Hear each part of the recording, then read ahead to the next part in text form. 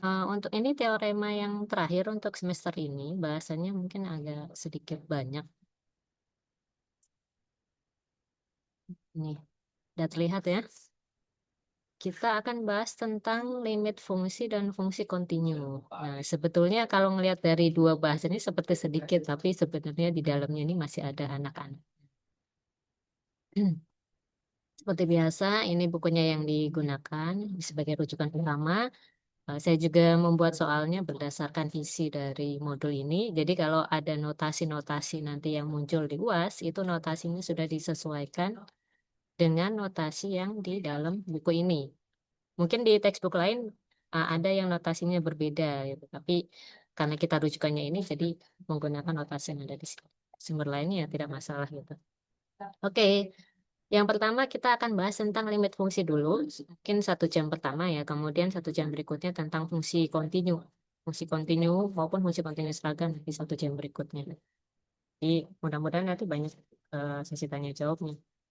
Jadi kalau misalnya Vadio ada yang mau ditanyakan, tuh boleh langsung tanya aja di tengah-tengah ini ya, penjelasan.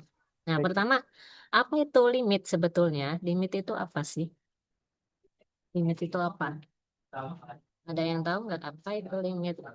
Eh, Pulpennya saya bikin.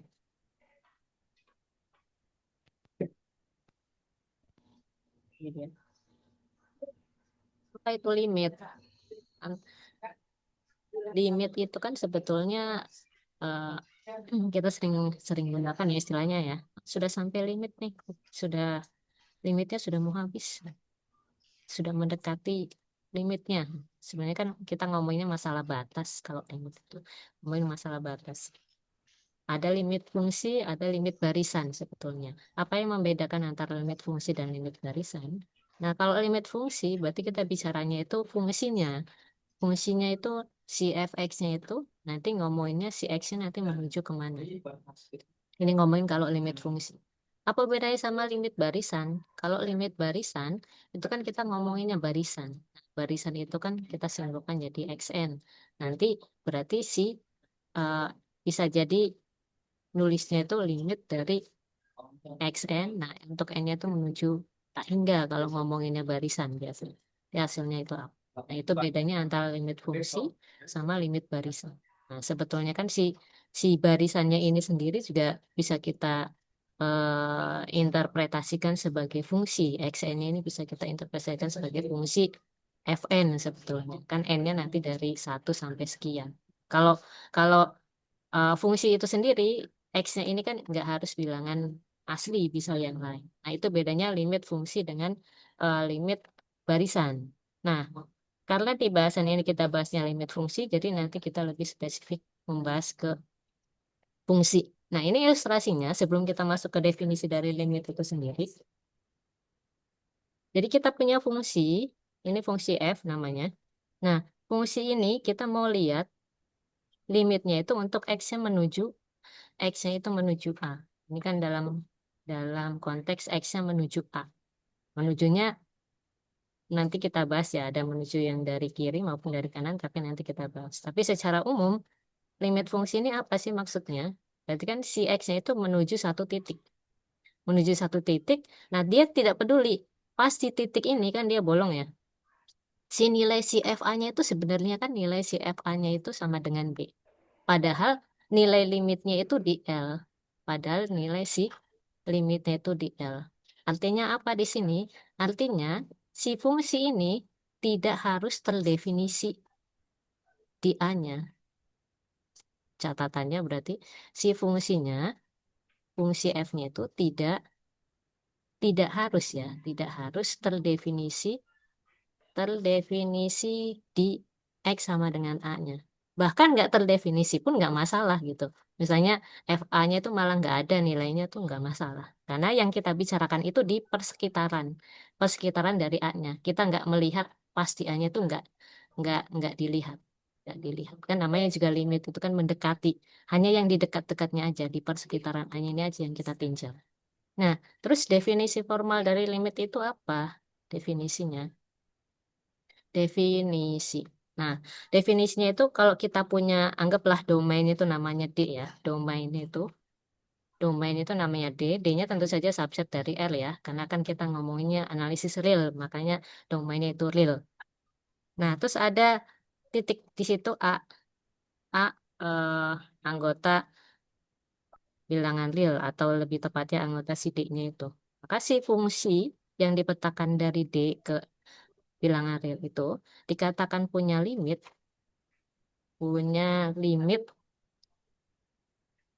nilainya itu misalnya namanya L ya, punya limit L untuk eh, X-nya itu mendekati A. Jika apa? Jika untuk setiap epsilon positif itu terdapat delta positif, sedemikian sehingga untuk setiap X anggota dari domainnya itu sendiri, dengan syaratnya, si jarak antara X dengan titik limitnya itu, di sini kan titik limitnya A ya, tapi X-nya tidak harus sama dengan A, makanya di sini ada tanda lebih dari nol ini. Dan ini kurang dari delta, ini berlaku Fx min L-nya ini kurang dari epsilon. Nah, kalau kita perhatikan di sini, ini ada syarat ini. Ini tuh artinya apa? Ini kan artinya jarak antara X dengan A-nya, X-nya kan bisa di mana aja, bisa di sini, X-nya bisa juga di sini gitu. Jarak antara X dengan A-nya ini kurang dari delta. Tapi si X-nya itu sendiri, ini si X-nya itu sendiri tidak harus sama dengan A. Tidak harus sama dengan A. Kenapa? Karena kita berbicaranya kalau limit di persekitaran A-nya ini saja gitu. Jadi di persekitaran ini dia dia masih ada nggak nilainya? Kan berarti kan nanti dia petanya itu sebelah sini kan. Kita bicaranya nanti di persekitaran ini saja. Tapi tidak pas di X sama dengan A-nya. Karena X sama dengan A-nya kan hasilnya itu B di sini. Nah, itu arti dari eh, pertak samaan ini tuh artinya ini. Beda kalau kita nulisnya gini. X min A kurang dari delta. Kalau kita nulisnya seperti ini, artinya si X-nya itu bisa sama dengan A. Nah, tapi kalau kita tambahkan belakangnya itu bahwa X min A-nya itu lebih dari nol, kan ini berarti bukan sama dengan ya. Bukan lebih dari sama dengan, tapi lebih dari aja.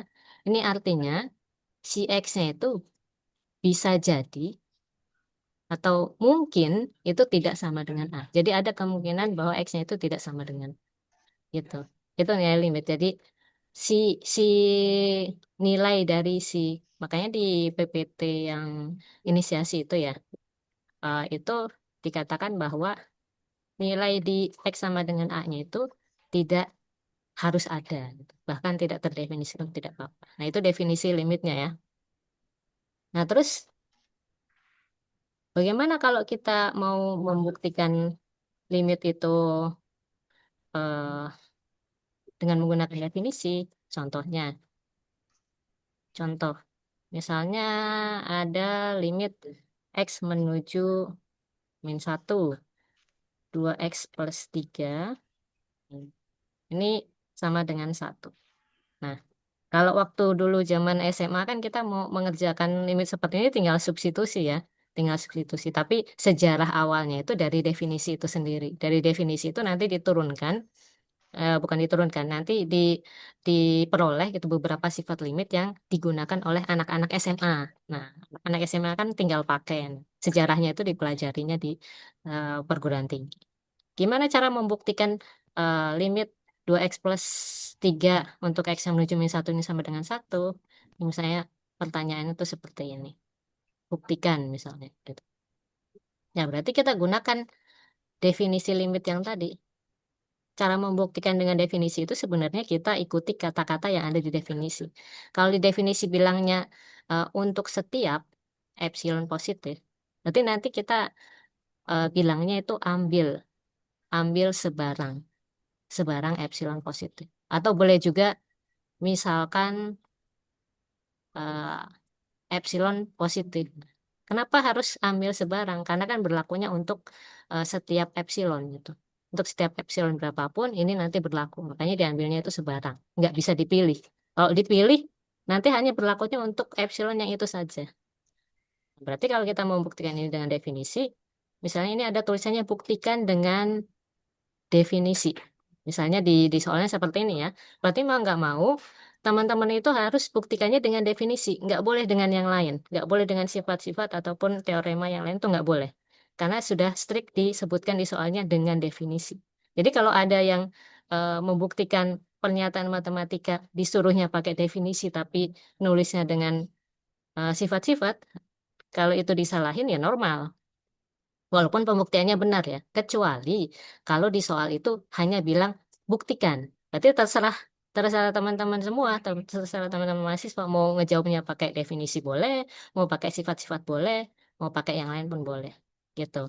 Itu eh, catatan aja yang perlu di-highlight ya. Karena beberapa soal tugas itu kalau di kelas saya gitu, pas saya lihat tuh ada beberapa yang padahal di soal sudah dituliskan buktikan dengan definisi, tapi masih ada aja yang buktikannya dengan eh, sifat-sifat yang lain gitu. Jadi itu saja diperhatikan apa yang alat yang digunakannya. Nah, misalnya di sini tertulis dengan definisi, berarti kita mau nggak mau harus gunakan definisi. Ambil sebarang epsilon positif. Nah, kemudian kan di definisi itu bilangnya ada delta. Kalau kalau di definisi itu ada tulisan ada delta positif gitu. Kalau ada tulisan ada, artinya harus kita pilih. Harus kita pilih. Pemilihannya seperti apa? Pilih delta yang seperti apa yang mengakibatkan dia eh, hasil akhirnya itu terpenuhi. Kita kan pengen pengen si fx min L-nya itu kurang dari epsilon. L-nya ini adalah limitnya ya. Limitnya, limitnya itu. Nah, berarti kita cari delta yang memenuhi ini. Caranya gimana? Ya caranya kita utak-atik dari apa yang ditanya. Tujuan kita apa di sini? Tujuannya kan kita pengen membuat si fx min L. Fx-nya kan 2x plus 3 ya. Min L-nya berapa? L-nya kan 1. Nah, ini fx-nya, ini L-nya. Nah, ini siapanya? Ini tergantung definisinya. Dia pakai titik limitnya itu A atau C gitu. Kalau misalnya di buku kan dia pakainya C ya. Min C sama dengan 1. Min 1 ya. Gitu. Ngikutin dari definisinya itu sendiri. 2x plus 3 dikurangi 1. Nah, ini kan bisa kita uraikan ya. Kita pengen ini tuh kurang dari epsilon. Tujuannya tuh itu. Nah, berarti kita hitung ini. 2x plus 3 min 1 itu kan 2x plus 2. Ya kan? 2x plus 2. Nah, 2x plus 2 itu, duanya kan bisa kita keluarin. Jadi x plus 1. Tapi kita pengennya itu karena X-nya menuju min 1, berarti kita buatnya itu supaya ada hubungannya dengan X min C. C-nya kan min 1. Berarti kita buat supaya ada hubungan dengan X min 1. Nah, ya udah kita ubah aja bentuk ini. Jadi 2 dikali X min 1. Terus si X min C-nya atau si X min A-nya itu kan kita mau buat kurang dari delta, lebih dari 0. Berarti si ini mau kita anggap sebagai delta. Nah, si 2 delta ini pengennya kurang dari epsilon. Berarti deltanya berapa di sini? Deltanya kurang dari epsilon per 2. Nah, berarti kita pilih epsilonnya itu, pilih deltanya itu yang kurang dari epsilon per 2. Boleh nggak kita pilihnya yang lebih kecil dari epsilon per 2? Boleh. Yang penting kita udah punya patokan bahwa deltanya itu kurang dari epsilon per 2. Jadi di sini teman-teman boleh tulisnya pilih deltanya kurang dari epsilon per 2. Boleh. Atau mau tulisnya deltanya eh, kurang dari epsilon per 3. Boleh, karena epsilon per 3 itu kurang dari epsilon per 2. Atau deltanya mau ditulis sama dengan epsilon per 3.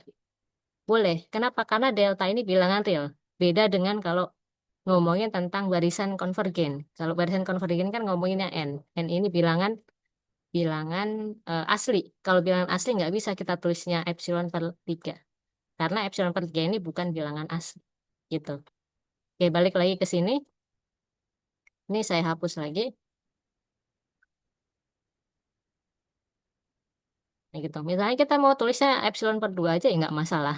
Jadi kita tinggal lanjutkan. Pilih deltanya kurang dari epsilon per 2. Sehingga untuk setiap X anggota dari domainnya, karena ini kan nggak ditulis ya domainnya apa, kita tulisnya domainnya real aja. Untuk setiap X anggota domainnya, dengan syaratnya apa di definisi itu, si X min C-nya, C-nya kan min 1 ya, itu kurang dari delta, tapi lebih dari 0. Berlaku, berlaku apa? Fx min L. Nah, di sini kita uraikan fx-nya itu 2x plus 3, L-nya kan 1. Ini sama dengan 2 x plus 2. Nah, ini tanda mutlaknya ini kita lepas kalau sudah dipastikan benar-benar di dalamnya itu adalah bilangan positif. Jadi nggak boleh kita sembarangan lepas si nilai mutlaknya ini. Sama dengan 2 dikali X plus 1. Nah, sama dengan 2 dikali X min min 1.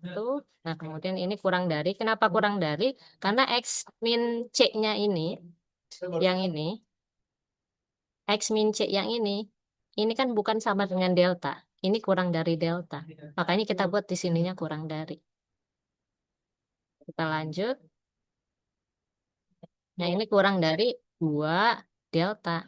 Nah, deltanya tadi apa? Deltanya di sini kurang dari epsilon per 2. Berarti di sini tandanya juga kurang dari lagi, bukan sama dengan. Kecuali kalau teman-teman memilih deltanya itu sama dengan epsilon per 3 misalnya. Baru di sini tandanya sama dengan.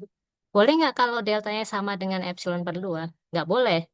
Karena syarat supaya si fx min L-nya kurang dari epsilon itu deltanya harus kurang dari epsilon per 2. Jadi terserah mau milih delta berapapun asalkan dia masih nilainya itu kurang dari epsilon per 2. Balik lagi ke sini, berarti deltanya itu kita ganti jadi epsilon per 2. 2 dikali epsilon per 2. Tandanya di sini tetap kurang dari. Karena dari sini ya. Karena dari sini, maka dia tandanya tetap kurang dari di sini.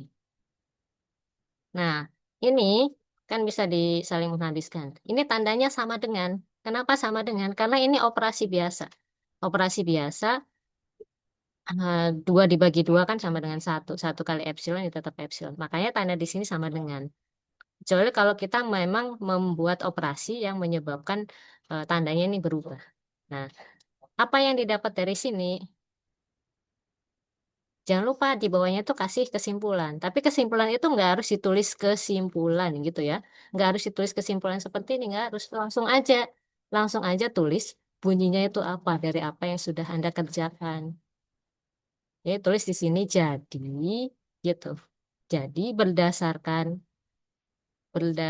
definisi limit X mendekati min 1 dari 2X plus 3 itu sama dengan 1.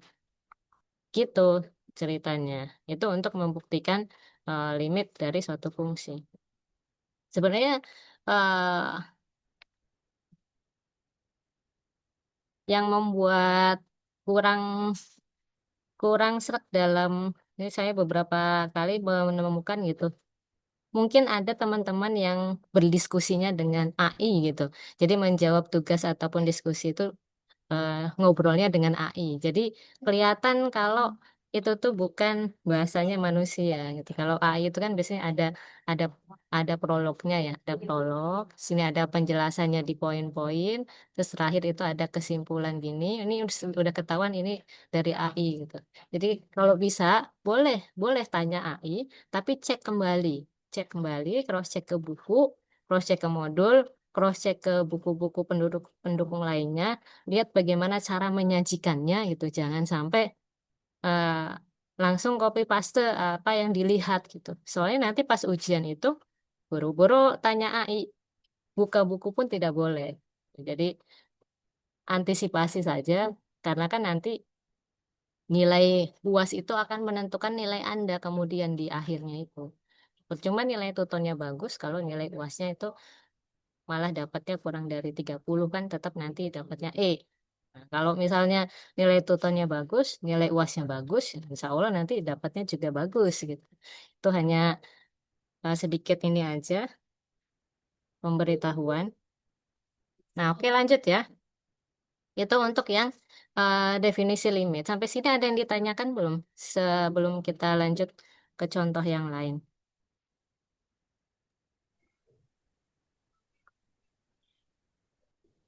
Oke. Kalau misalnya ada yang mau ditanya lewat chat juga boleh. Saya anggap belum ada yang bertanya lagi ya. Nah, contoh yang kedua. Contoh yang kedua. Nah, karena limit fungsi dengan fungsi kontinu itu nanti akan keluar di ujian nanti. Nah, contoh yang kedua, kalau misalnya kita punya fx-nya yang didefinisikan dengan dua fungsi atau dengan dua nilai seperti ini. Jadi untuk x-nya lebih dari satu dia nilainya beda, terus untuk x-nya kurang dari satu dia nilainya beda. Misalnya untuk fx yang lebih dari sama dengan satu, itu nilainya sama dengan x. Tapi untuk yang kurang dari satu, itu nilainya min satu. Nah, ini suruh tunjukkan apakah limit dari x menuju satunya itu ada atau tidak, ada atau tidak ada, gitu. Sebetulnya ini bisa kita lihat dari gambar juga kelihatan. Nah, misalnya kita mau gambarkan fungsinya kan dia seperti ini. Nah, untuk x-nya lebih dari sama dengan satu, anggap di sini satu, berarti dari sini dia nilainya x. Berarti kan kalau x-nya satu, ya fx-nya juga satu. Di sini berarti nilainya dia. Kalau x-nya dua, berarti fx-nya juga dua. Berarti dia gambarnya seperti ini kira-kira. Untuk yang X-nya lebih dari sama dengan satu. Nah, tapi untuk yang X-nya kurang dari satu, dia nilainya min satu. Dia nilainya min satu. Min satu semua gitu. Jadi mau X-nya uh, 0, X-nya satu, X-nya min satu maksudnya, X-nya min 2 dan seterusnya. Dia nilainya tetap min satu semua. Berarti gambarnya dia garis konstan seperti ini ya. Nah, dari gambar ini sebenarnya udah kelihatan limitnya ada apa enggak. Mulai dari sini ke sana, terus yang kurang dari satu dia ke sini. Coba teman-teman perhatikan ini, limitnya ada atau enggak ini untuk fungsi fx yang seperti ini limitnya ada atau tidak? Boleh jawab langsung, boleh jawab di chat. Tebak aja dulu. Kalau misalnya grafiknya seperti ini, kira-kira ada enggak limitnya? Enggak. Ya, enggak ada. Karena kan kita ngomongnya di persekitaran ini, nilai antara yang dari kiri sama dari kanan, yang dari kiri sama dari kanan itu beda, beda jauh. Yang dari kiri itu mendekatinya itu ke min satu, sedangkan yang dari kanan malah ke satu. Ya, dari gambar sudah kelihatan enggak? Tapi bagaimana cara membuktikannya? Cara membuktikannya kita bisa pakai ini sebetulnya, negasi dari definisinya. Kita ambil sebarang, ini buktinya ya, buktinya. Kita ambil sebarang nilai si limitnya fx itu. L anggota L. Berarti kemungkinannya L-nya itu satu atau L-nya tidak sama dengan L-nya itu min satu atau L-nya tidak sama dengan min satu. Nah, kenapa L-nya min satu dengan tidak sama dengan min satu? Kenapa enggak L-nya min satu atau L-nya sama dengan satu? Kalau L-nya min satu, kemudian ada L-nya lagi sama dengan satu, berarti masih ada kemungkinan banyak lagi L-nya. Karena kan L-nya yang kita ambil itu adalah sebarang bilangan real. Nah, kalau kita tulisnya L-nya sama dengan min satu, atau L-nya tidak sama dengan min satu, itu kan sudah memenuhi semua bilangan real.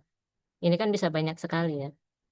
Karena kita bagi kasus seperti ini, berarti kita ambil kasus yang pertama. Jika L-nya sama dengan min satu, apa yang terjadi? Ya udah kita pilih aja epsilon yang tidak memenuhi definisi yang membuat si fx min L-nya itu nanti akan lebih dari epsilon. Kalau lebih dari epsilon kan dia tidak punya limit nantinya. Kita pilih kan di sini pilih epsilonnya sama dengan misalnya setengah. Nah, maka untuk setiap delta positif, nah ini kan negasi dari definisinya. Kalau definisinya itu kan bilang untuk setiap epsilon, maka terdapat delta positif. Tapi kalau definisinya dinegasikan, kan jadi ada epsilon, sehingga untuk setiap delta. Kalau untuk membuktikan kebalikannya itu pakai definisinya aja. Maka untuk setiap delta positif, kita pilih X-nya juga. Pilih X yang menyebabkan fx min L-nya itu juga nanti lebih dari epsilon. Apa pilih X-nya? Kita pilih aja 1 ditambah si epsilonnya ini. Delta per 2 ini. Maka kita punya si X min satunya itu kurang dari delta. Per 2 itu kan berarti kurang dari delta. Ini memenuhi definisi kan. Definisinya itu kan harus X min C-nya kurang dari delta. Tapi tujuan kita itu mau membuat si fx min L-nya itu lebih dari epsilon. Gitu. Jadi ini tetap memenuhi, tapi ada tapinya. Tapi ternyata pas kita cek si fx min L-nya itu, atau dalam hal ini eh, fx-nya kan ini ya, x min satunya itu, x-nya siapa? X-nya kan ini tadi, 1 plus delta per 2, ini x-nya kan. Dikurangi min 1 kan jadi ditambah. Ini kan sama dengan 2 ditambah delta per 2. Nah, epsilonnya aja kita pilihnya setengah. Ya ini ada duanya, berarti dia lebih dari setengah kan? Dia lebih dari setengah. Atau dengan kata lain dia lebih dari epsilon. Jadi dari sini kita simpulkan bahwa untuk L-nya sama dengan min 1, ini dia si limitnya ini, limit dari si fx-nya itu tidak ada. Tidak ada. Nah, kita tinggal tunjukkan untuk yang L-nya tidak sama dengan min 1. Caranya juga sama sebetulnya. Nanti kita buat seperti ini, cuma nanti yang membedakan adalah milih si epsilonnya ini, sama milih si X-nya, yang membuat fx min L-nya itu nanti lebih dari epsilon. Epsilonnya boleh nggak sih kita pilih yang lain, misalnya pilihnya sama dengan 1, ya boleh. Kenapa? Karena kan 1 itu tetap lebih dari satunya ini, itu tetap si duanya itu lebih dari 1. Tetap tidak memenuhi si definisi ini. Nah, itu kalau misalnya kita mau membuktikan dia itu tidak punya limit. Nah, itu kalau misalnya pakai definisi ya. Kalau pakai definisi ya seperti itu. Nanti yang Elsa tidak sama dengan min 1 juga sama. Ada nggak cara yang lebih mudah untuk membuktikan suatu limit? Ada sebetulnya. Itu ada yang disebut sebagai limit kiri dan limit kanan. Limit kanan. Atau kalau di modul itu ini sebutannya sebagai limit satu sisi. Definisinya sebetulnya hampir sama dengan definisi limit. Hanya bedanya kita lebih cenderung kemana? Apakah diperhatikannya menujunya ke kiri atau menujunya ke kanan? Kan kalau dia simbolnya limit, X menuju C misalnya. Dari fx sama dengan L, ini kan kalau dia limit definisi dari limitnya itu. Tapi kalau limit kiri, berarti X-nya kita dekati dari kiri. C minus ya. C minus, bukan C bar. Ini saya kepanjangan C-nya.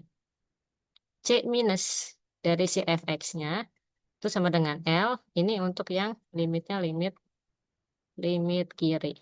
Nah, kalau limit kanan berarti kita tinjaunya dari X-nya, eh, didekatinya dari kanan, si fx-nya. Ini sama dengan L juga enggak? Ini untuk limit kanan.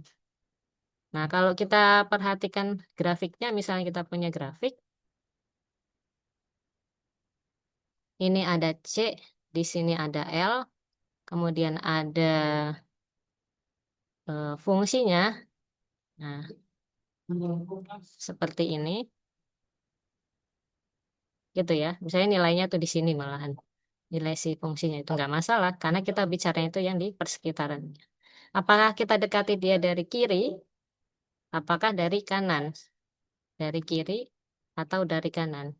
Makanya eh, ada sifat atau teorema yang bilang kalau limit kirinya itu sama dengan limit kanan, maka limitnya ada. Limitnya ada. Ya, karena kalau didekati dari kiri sama dari kanan itu sama, maka limitnya ada. Nah, untuk membuktikan yang soal yang sebelumnya tadi, itu juga bisa pakai limit kiri atau limit kanan. Jadi kalau limit kirinya beda dengan limit kanan, ya berarti tidak ada. Contohnya, saya nggak tuliskan definisi formalnya ya, karena sudah di awal tadi hanya beda eh, X-nya menuju C dari kiri atau kanan. Contoh, misalnya soal yang sama, yang seperti tadi.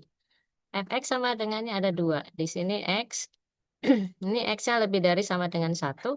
Kemudian ini min satu, sama lah kayak tadi. Untuk X-nya kurang dari satu. Ini limitnya ada atau tidak? Limit X mendekati satunya nih ada. Oh, sorry. Saya nggak lengkap nulisnya. Ini nulisnya harus lengkap ya. Limit dari apa ini? Limit dari fungsi fx. Ini ada atau tidak ada. Nah, kalau kita mau menggunakan limit kiri, limit kanan, ya berarti kita cukup cek limit x mendekati satu dari kiri, si fx-nya. Berarti ini sama dengan limit x mendekati satu dari kiri. Kalau dari kiri kan berarti yang ini. Ini kan, dari kiri itu kan berarti yang ini. Ini yang dari kiri. Ini yang dari kanan. Ini fx yang digunakan untuk yang dari kiri. Ini fx yang digunakan untuk yang dari kanan. Karena sebelah kirinya satu sama sebelah kanannya satu. Berarti ini jadinya limit dari min satu. Nah, karena ini limit konstanta, ya hasilnya tetap min satu. Nah, bagaimana dengan limit kanannya? X satu dari kanan, si fx-nya. Nah, fx-nya itu kan, dia kalau dari kanan itu, fx-nya sama dengan x. Berarti limit dari x. Karena fx-nya sama dengan x. Kan tinggal substitusi ya, karena memenuhi sifat-sifat limit. Apa yang diperoleh dari sini? Karena nulisnya harus jelas ya. Misalnya jangan tiba-tiba limitnya tidak ada, tapi nggak disebutkan alasannya itu kenapa. Kan disebutkan karena limit X mendekati satu dari kiri si fx-nya tidak sama dengan limit X mendekati dari kanan si fx, maka limit X mendekati satu dari fx-nya tidak ada. Tidak ada. Tidak ada. Nah, gitu cara membuktikannya. Itu kalau di soalnya tidak disebutkan menunjukkannya itu dengan apa ya. Kalau misalnya menunjukkannya hanya bilang tunjukkan bahwa limit fx untuk x yang mendekati apa itu ada atau tidak ada gitu. Nah, itu berarti bisa pakai limit kiri atau limit kanan. Tapi kalau misalnya sudah ditunjukkan spesifik, misalnya sudah disebutkan spesifik bahwa ini harus ditunjukkan pakai definisi. Berarti mau nggak mau, teman-teman harus kerjakan dengan menggunakan definisi. Atau misalnya disebutkan dengan menggunakan limit satu sisi atau limit kiri dan limit kanan. Berarti harus dikerjakan dengan menggunakan apa yang disebutkan di soal itu. Oke, sampai sini ada pertanyaan? Eh, Pagi Bu, Hmm. Bu, apakah ada contoh untuk penentuan limit yang pecahan Bu? Soalnya kalau untuk yang pecahan yang misalkan atasnya ada X, bawahnya ada X lagi, itu saya masih bingung. Karena dia dibagi kasus gitu, saya lihat di modul. Tapi saya masih nggak Hmm. ngerti kenapa dia harus dibagi menjadi beberapa kasus gitu, beberapa bagian pembuktiannya. Oke, boleh, boleh. Nih contohnya. Contoh. Nih, misalnya saya contoh yang gampang dulu lah. X-nya mendekati 0 misalnya. Dari, karena tadi ngomong limit kiri limit kanan ya, jadi biar masih hangat. Nah, ini ada apa tidak ada? Tebak aja dulu. Ada atau tidak ada? Tebak aja. Ada apa nggak ada? Ada, Kalau ada. tapi bawahnya nol. Eh, Kayaknya ada Bu. Jangan pakai kayaknya, tapi nebak ya. Ya udah, kita cek aja paling gampang kan dengan limit kiri limit kanan kan. Kita cek aja limit kirinya sama limit kanannya. Limit X menuju nol dari kiri. Fx-nya. Berarti ini kan, tapi sebetulnya sebelum menjawab seperti ini, kalau teman-teman nulis fx di sini, padahal di atas itu nggak disebutkan fx, itu harus didefinisikan dulu di atasnya. Jadi harus didefinisikan. Misalkan fx-nya sama dengan x per x gitu. Jadi harus disebutkan. Maka fx-nya sama dengan misal gitu, biar pengen jelas gitu. Ini kan ngomonginnya pembatasnya itu nol ya. Nah, kiri kanannya itu nol. Berarti kalau x-nya eh, lebih dari nol, apa hasilnya? Kan positif ya. Berarti x per x ya sama dengan satu ya. Ini nanti sama dengan satu. Kalau x-nya kurang dari nol, berarti jadinya bakal kurang dari nol. Ini kan negatif ya. Kurang dari nol. X-nya negatif. Tapi dipositifin. Saya tulis di sini ya. Kalau x-nya kurang dari nol kan sebenarnya gini. Anggaplah jadi min x per min x sebetulnya. Nah, ini karena dia ada mutlaknya kan tetap x, min x. Dan ini kan min satu. Ini min satu. Min atau yang atas saya tulis tetap jadi satu aja. Gitu ya. Nah, kalau x-nya sama dengan nol,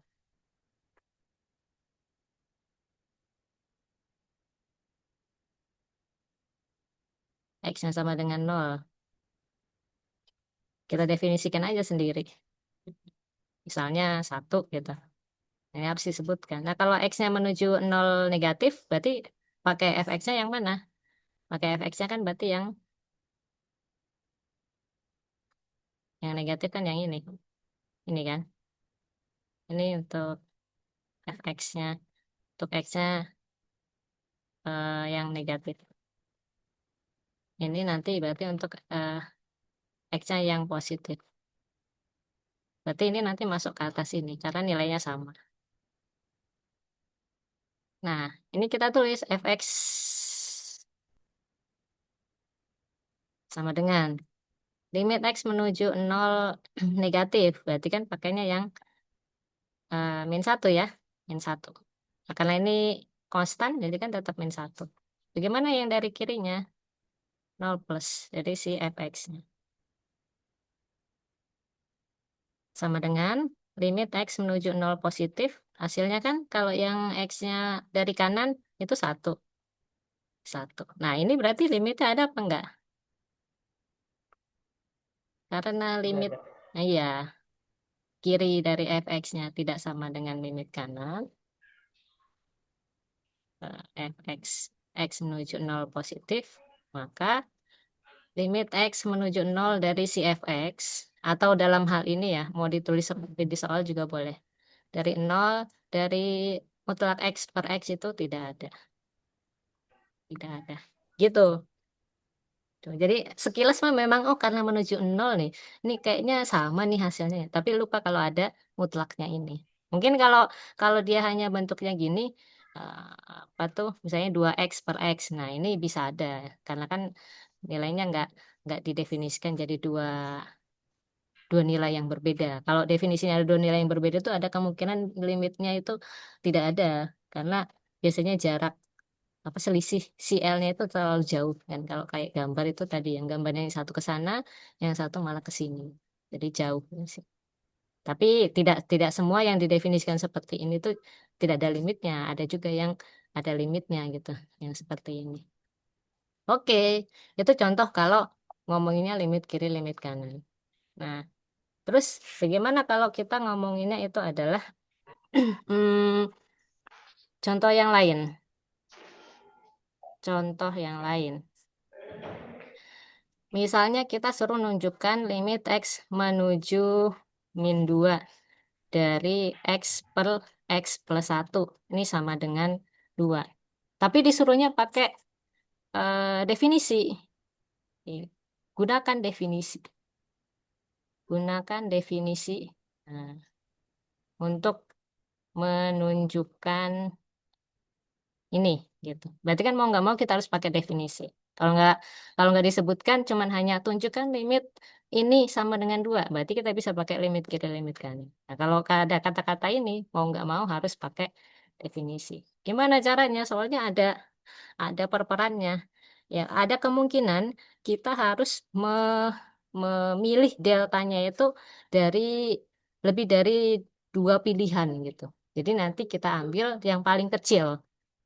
Nah, makanya di modul itu suka ada tulisan deltanya sama dengan minimum dari apa dan apa.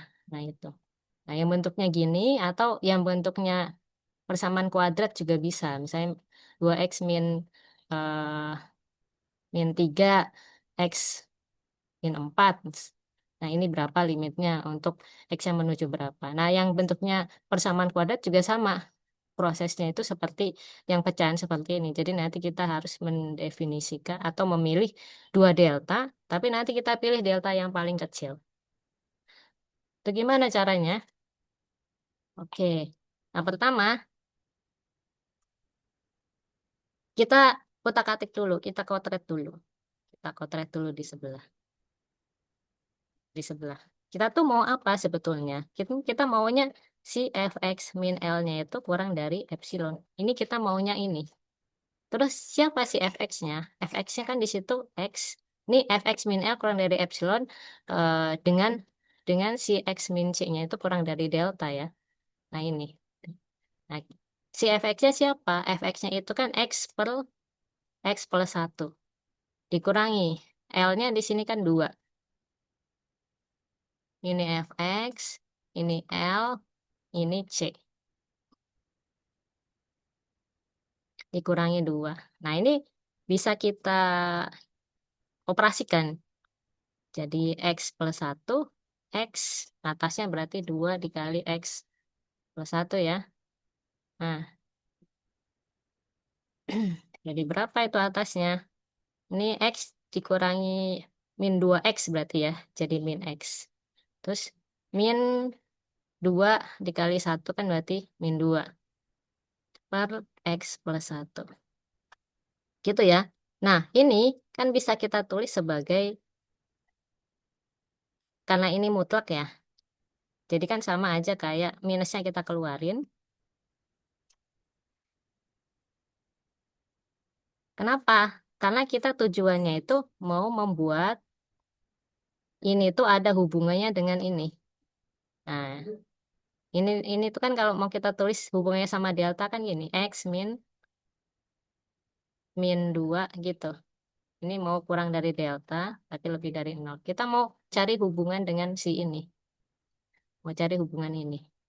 Berarti kita buat si kurang dari epsilonnya itu ada hubungannya sama ini. Ini kan sama dengan minus x plus 2 per X plus 1. Nah, karena ini di dalam mutlak, ini kan tetap nilainya kan sama kayak positif ya. Jadi si minusnya bisa kita hilangkan. Jadi X plus 2 per X plus 1. Cuman kan kita pengennya X min min 2. Nah, ini kan bisa dibuat jadi X min min 2.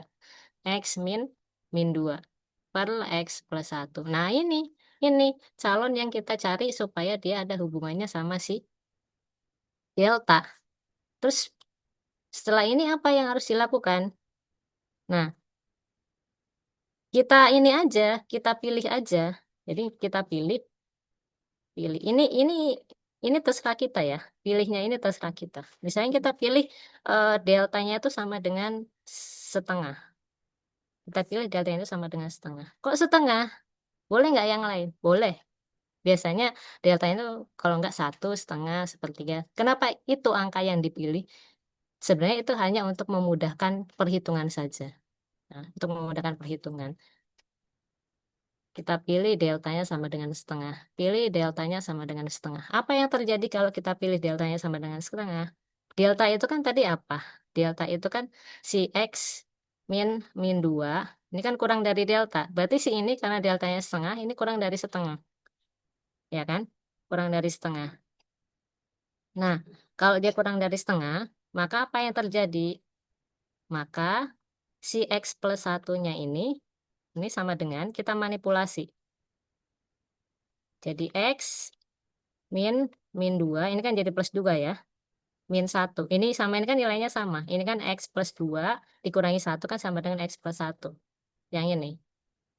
Kita manipulasi supaya ada hubungannya dengan si delta ini. Ini itu kan sama dengan X plus 2 sebetulnya. X plus 2 dikurangi 1 kan jadi X plus 1. Kenapa kok di sininya X plus 1? Karena ini bawahnya X plus 1. Kita manipulasi bawahnya ini supaya ada hubungannya dengan X min C. Nah, setelah itu, ini kan sama dengan apa? Ini, nilai si ini, nilai si ini itu kan dia eh, kurang dari,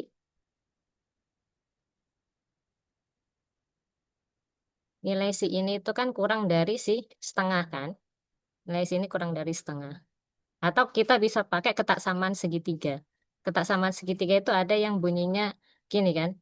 X min Y ini lebih dari sama dengan X min Y. Nah, ada ketaksamaan segitiga yang seperti ini. Jadi kita bisa pakai sifat yang ini. Berarti ini kan sama dengan atau lebih dari sama dengan X min 2 dikurangi 1. Nah, tapi ini kan bisa kita balik posisinya gitu. Jadi kita bisa balik sehingga nulisnya itu karena ada di dalam mutlak ya. Jadi kita bisa balik nulisnya itu jadi 1 dikurangi nilai mutlak. Karena ini sebenarnya mutlak juga. X min 2. Ini kan tergantung kita penulisan posisi di sini itu bagaimana. Nah, ini lebih dari 1 dikurangi X min 2-nya itu kan tadi setengah. Kenapa setengah? Karena ini tuh tadi kurang dari delta. Ini tuh ya kurang dari delta. Dan deltanya sama dengan setengah. Makanya dia kurang dari setengah. Nah, 1 dikurangi setengah itu sama dengan setengah. Nah, untuk apa ini? Untuk nanti pembuktiannya. Untuk nanti pembuktiannya, nanti di bawahnya sini. Saya lanjut sini dulu, nanti bukti formalnya di sebelahnya aja ya. Nah, ini saya lanjutkan ke sebelah sini. Ini belum jawabnya berarti ya. Ini belum jawab. Karena bukti formalnya belum ditulis, ini baru potretan. Potretannya dulu. Nah, setelah ini apa yang terjadi? Berarti kalau kita buat si X min 2-nya kurang dari setengah, nah kita punya lanjutan dari sini. Kita punya X plus 1 min 2-nya ini kan bisa kita tulis, udah kita hitung ya jadi ini. Jadi kita bisa langsung potong di sini jadi X min 2 per X plus 1 bawahnya, X plus 1. Nah, ini kurang dari atasnya X min 2 per bawahnya itu setengah. Nah, karena dia kan X plus 1-nya lebih dari setengah. Nah, kalau dia posisinya di bawah kan berarti jadi kurang dari penyebutnya, ya kan? Ini sama dengan naik ke atas. Kan kalau dibagi sama 1/2 sama aja dengan dikali 2/1. Jadi 2 dikali X min 2. Kita punya ini. Nah, barulah kita tulis bukti formalnya. Jadi apa yang perlu diingat di sini? Berarti kita punya ini, tadi punya ini, ya kan? Punya ini, yang ini, saya tandain di sini. Kita punya apa tadi? Kita punya kalau deltanya sama dengan setengah, kita punya si X per X plus 1 min 2-nya itu. Jadi kurang dari 2 dikali X min 2. Kita punya ini. Nah, kita tulis bukti formalnya di halaman selanjutnya aja ya. Nah, sini. Sorry. Ke pencet.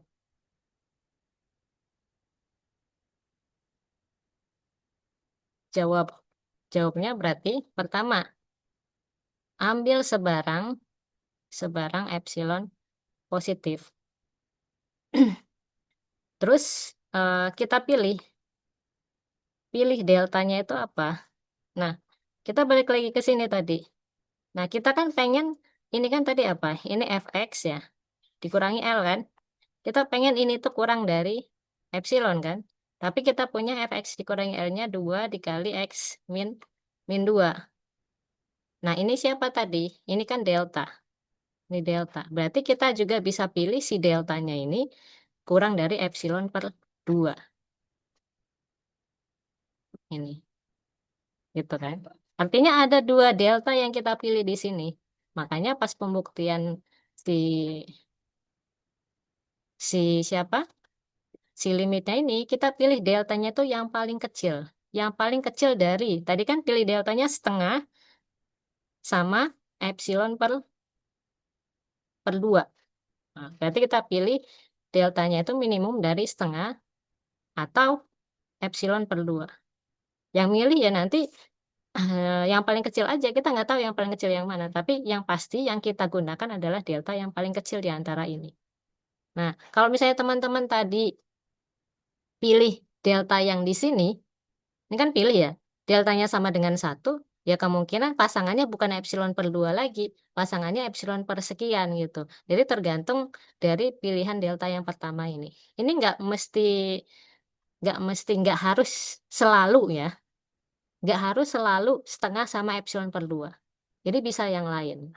Tergantung dari hasil hasil ininya tuh apa nantinya gitu. Misalnya teman-teman mau pakainya delta di sini sama dengan satu, ya nanti dapat yang lain. Kalau deltanya sama dengan 1/3, ya silahkan.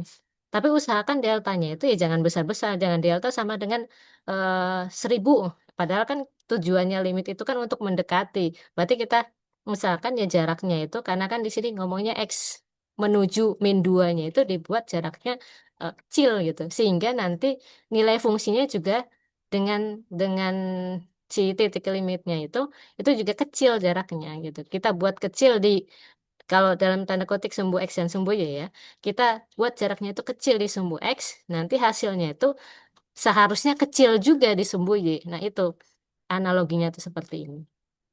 Nah, oke ya, kita lanjut ke sini. Nah, ambil sebarang epsilon positif, pilih deltanya minimum dari setengah dan epsilon per 2. Maka, maka ikutin kata definisi aja. Maka untuk setiap X anggota bilangan real, dengan apa? Dengan si X min berapa tadi ininya ya soalnya tadi. Nah ini X min 2 karena C-nya kan min 2. Berarti X min 2 ini kurang dari delta tapi lebih dari 0. Ini berlaku. Nah, fx min L-nya kurang dari epsilon. Fx-nya apa? Fx-nya kan tadi X per X plus 1. Di sini. X per X plus 1 dikurangi L-nya kan tadi 2. Nah, kalau kita nggak menuliskan ini di pembuktian, kotretan ini nggak dituliskan di pembuktian, berarti kalian harus tulis lagi otretan-otretan itu di sini. Misalnya bukti formalnya mulai dari sini. Nah, berarti harus di ini dulu lagi. X plus 1, ini X dikurangi 2 dikali X plus 1, dan seterusnya. Sama dengan ini min min X min 2 per X plus 1. Nah, ini sama dengan X plus 2 per X plus 1. Nah, ini sama dengan X min 2 per X plus 1. Nah, ini kurang dari, oh, kurang dari apa? Kurang dari yang tadi udah kita dapat, kurang dari apa ini? 2 dikali X min 2. 2 dikali X min 2. Nah, ini X min 2-nya kan tadi kurang dari delta. Ini kurang dari 2 kali delta. Ini karena kita buatnya sama dengan, berarti ini sama dengan 2 dikali delta. Harusnya nggak sama dengan ya, karena kan ini tadi si deltanya itu kurang dari epsilon per 2. Berarti di sini jangan sama dengan. Nah, ini bisa kurang dari, gitu, kurang dari. Berarti ini nanti tandanya itu kurang dari. Delta, sorry, deltanya tadi apa? Epsilon per 2. Epsilon per 2. Ini sama dengan 2. Nah, udah kurang dari epsilon, berarti berdasarkan definisi, nah, limit dari X menuju min 2 dari si X per X plus 1 sama dengan 2. Gitu caranya. Jadi gimana nyari dari ininya sebetulnya. Nah, nyari si nilai deltanya ini. Sampai sini ada pertanyaan? Eh, Bu, Mm-mm. saya sebenarnya penasaran aja, kenapa nggak yang setelah tadi X min min mutlak X min min 2 per X plus 1 itu kita langsung buat dia keadaan kurang dari X min min 2. Kan udah sesuai dengan si X menuju C-nya. Saya Yang penasaran ini. di situ, kenapa kita harus, iya, kenapa nggak kita langsung buat dia kurang dari X min min 2? Ini Mutlak X kenapa min min 2. nggak langsung dibuat kurang dari X min Mutlak X X min 2. min Iya, 2? Kenapa iya, nggak kan dia langsung buat sudah gini? memenuhi C-nya. X X Ap- min. Apa jaminannya kalau ini itu kurang dari ini? Padahal dia ada penyebutnya. Anggap aja bilangan. Bilangan dibagi sama sesuatu, itu kurang dari bilangan itu sendiri. Kalau pembaginya bilangan yang lebih besar, mungkin iya. Tapi kalau pembaginya itu pecahan, otomatis kan malah yang ini yang lebih Oh, besar. oh iya, oke, oh Ya, iya, oke, Bu. makanya kita tidak tulis ini langsung ini. Kecuali kalau memang sudah ada jaminan bahwa ini tuh si X plus satunya itu dia bilangannya bilangan asli mungkin ya, atau ini anggota bilangan bulat. Nah, ini bisa jadi kita bisa buat ini kurang dari ini. Tapi kalau X plus satunya itu bilangan real, nah nggak ada jaminan. Oke ya.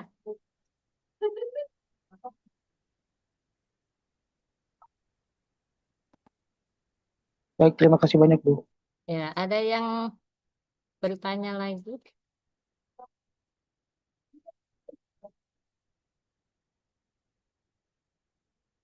Oke. Kalau sudah cukup jelas, adakah yang mau bertanya lagi atau tidak? Kalau tidak, limit kita anggap sudah selesai. Kita ganti ke fungsi kontinu. Gak apa-apa, Tante. Udah nggak usah, nggak apa-apa. Siapa itu?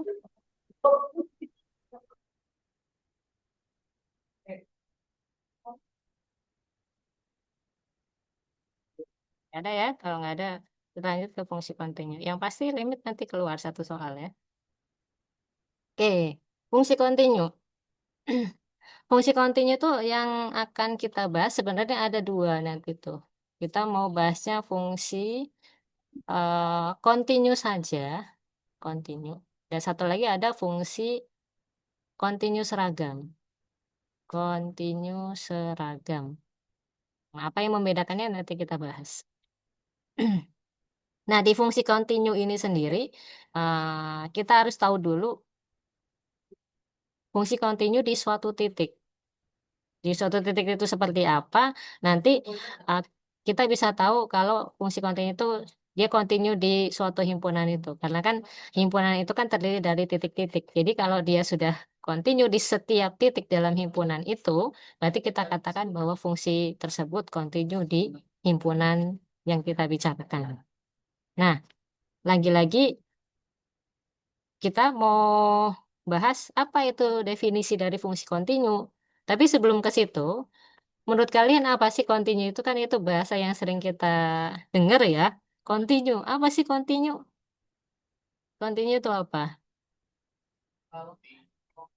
Boleh lewat chat, boleh juga langsung di on mic. Apa? Ada yang tahu kontinu itu apa? Terdefinisi di semua titik. Terdefinisi di semua titik. Oke, ada lagi kontinu, kontinu.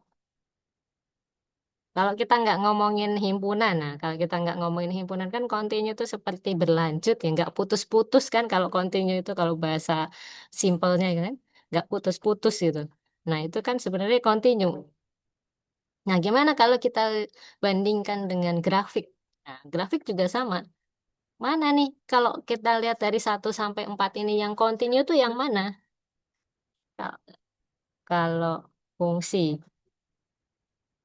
kontinu, kontinu kan berarti berlanjut, nggak terputus ya. terdefinisi di setiap titik. Itu juga benar. Dari 1, 2, 3, 4, yang kontinu yang mana? Apakah semuanya atau cuman satu aja yang saling nyambung ya betul. Ayo, ada yang tahu 1 sampai 4, 1, 2, 3, 4 yang kontinu yang mana?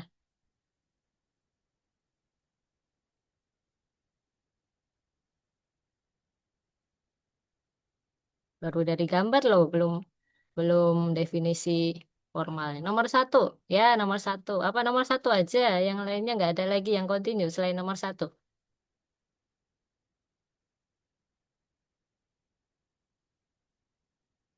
1, 2, 3.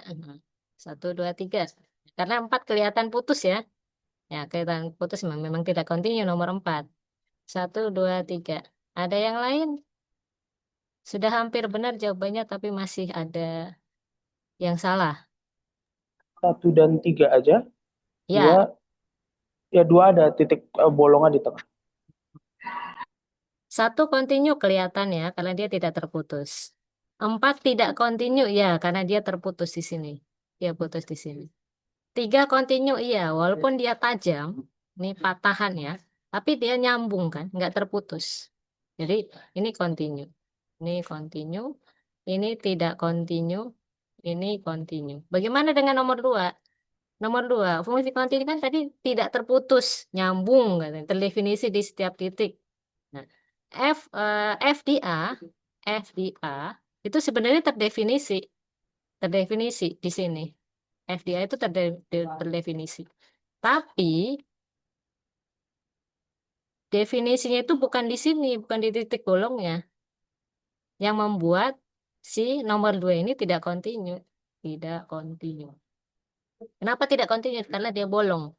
Dia bolong, jadi ada loncatan di sini. Nyampe sini, kalau orang gitu jalan nyampe sini, dia jatuh gitu, ya kan? Karena dia harus lompat. Harus lompat itu berarti menandakan dia tidak kontinu. Jadi kalau fungsi kontinu dibilang dia terdefinisi di semua titik, kurang tepat, karena terdefinisi di setiap titik belum tentu fungsi tersebut kontinu. Karena kalau misalnya ada grafik definisinya, yang ini ke sini, yang ini tiba-tiba ke bawah, yang ini ke atas, ini gitu. Dia bolong-bolong, nanti kan lompat-lompat-lompat, nah dia eh, tidak kontinu. Nah kalau misalnya ada yang pernah dengar lah gitu, yang pernah dengar kaitannya sama limit, nah itu nanti ada hubungannya antara fungsi kontinu dengan limit fungsi itu di situ. Nah, sebenarnya apa definisi fungsi kontinu itu? Kalau fungsi kontinu di satu titik, berarti kita anggap titiknya itu di C, yang seperti gambar ini ya. Kita perhatikan tidak hanya di persekitaran C-nya, jadi kita lihat di sini di persekitaran, tapi juga di X sama dengan C-nya juga. Jadi di persekitaran C dan di X sama dengan C-nya. Makanya bedanya dengan definisi limit itu di sini. Bedanya tuh di sini. Di sini aja bedanya. Kalau di limit, itu kan kita nulisnya X min C kurang dari delta, tapi X min C-nya itu lebih dari nol. Jadi si X-nya itu boleh tidak terdefinisi. Atau X-nya kan tidak sama dengan C ya di sini. Boleh tidak terdefinisi di C-nya, yang penting di persekitarannya itu ada nilainya gitu. Nah, tapi kalau kasus fungsi kontinu, si X min C-nya ini harus kurang dari delta, tapi di sininya nggak disebutkan lebih dari nol. Artinya si X-nya sama dengan C itu juga harus memenuhi ini, harus memenuhi ini juga, memenuhi Fx min Fc-nya kurang dari epsilon. Definisinya sama, bedanya cuma di sini aja, antara fungsi kontinu dengan limit fungsi. Kalau kita perhatikan nih, ini kan definisi limit fungsi. Bedanya tuh kan di sini. Di sini dengan di sininya. Belakangnya sama. Gitu. Nah, kalau fungsi kontinu itu titik di sininya, definisi si X sama dengan C-nya itu harus di sini. Nah, kalau limit fungsi boleh di luar. Makanya kalau ada yang pernah dengar, misalnya limit fx X-nya menuju C ini sama dengan L, kemudian FC-nya sama dengan L, maka fungsinya kontinu. Nah, itu karena nilai di persekitarannya dengan di titik C-nya itu sama. Kalau kalau di persekitarannya ini sama di titik C-nya sama, otomatis kan dia nggak ada lompatan. Di sini tuh nggak ada lompatan. Dia nyambung terus tanpa ada lompatan, nyambung terus, berlanjut terus, makanya disebutnya fungsinya kontinu. Ya sama seperti definisi kontinu pada umumnya kehidupan sehari-hari kan. Kontinu kan berlanjut, nggak lompat-lompat, nyambung gitu terus menerus. Nah itu. Bedanya cuma di sini ya antara limit. Kalau limit ini boleh bolong, tapi kalau fungsi kontinu ini harus hitam, tidak boleh bolong. Bedanya hanya di situ. Nah, contohnya, misalnya ada fungsi fx sama dengan 2x. Kontinu di x sama dengan 1. Gimana cara membuktikannya kalau pakai definisi? Ini kurang lengkap nih soalnya. Ini biasanya ditulis diketahui gitu harusnya kalau dilengkapin. Diketahui fungsi ini dengan ini. Nah, terus di sini tulisnya buktikan. Buktikan f continue di x sama dengan 1. Harusnya gitu tulisannya. Supaya lebih lengkap. Kalau kayak gini kan ini pernyataan ya, bukan bukan perintah atau pertanyaan. Nah, kalau misalnya ada soal seperti ini, bagaimana cara membuktikannya dengan definisi fungsi kontinu? Ya kita ikutin kata-kata yang ada di dalam definisi saja sebetulnya. Kan untuk setiap epsilon berarti kan kita kita ambil sebarang. Ambil sebarang epsilon positif. Terdapat delta, berarti kita pilih deltanya. Pilih deltanya sama dengan apa? Ya belum tahu. Nah, sehingga untuk setiap X anggota domain, untuk setiap X anggota bilangan real, karena ini kan domainnya real ya, dengan X min C, dia kan kontinu di X sama dengan 1, berarti C-nya sama dengan 1. X min 1 kurang dari delta berakibat atau berlaku Fx min Fc ini kurang dari epsilon. Nah, ini bla bla bla. Nanti kita buat dia kurang dari epsilon. Nah, berarti apa yang kita lakukan di sini? Berarti kita harus cari deltanya dulu. Delta yang membuat fx min fc-nya kurang dari epsilon. Nah, yaudah kita kotret dulu. Kotretan ini nggak harus dituliskan di bukti formal. Misalnya kita kotret di sini ya.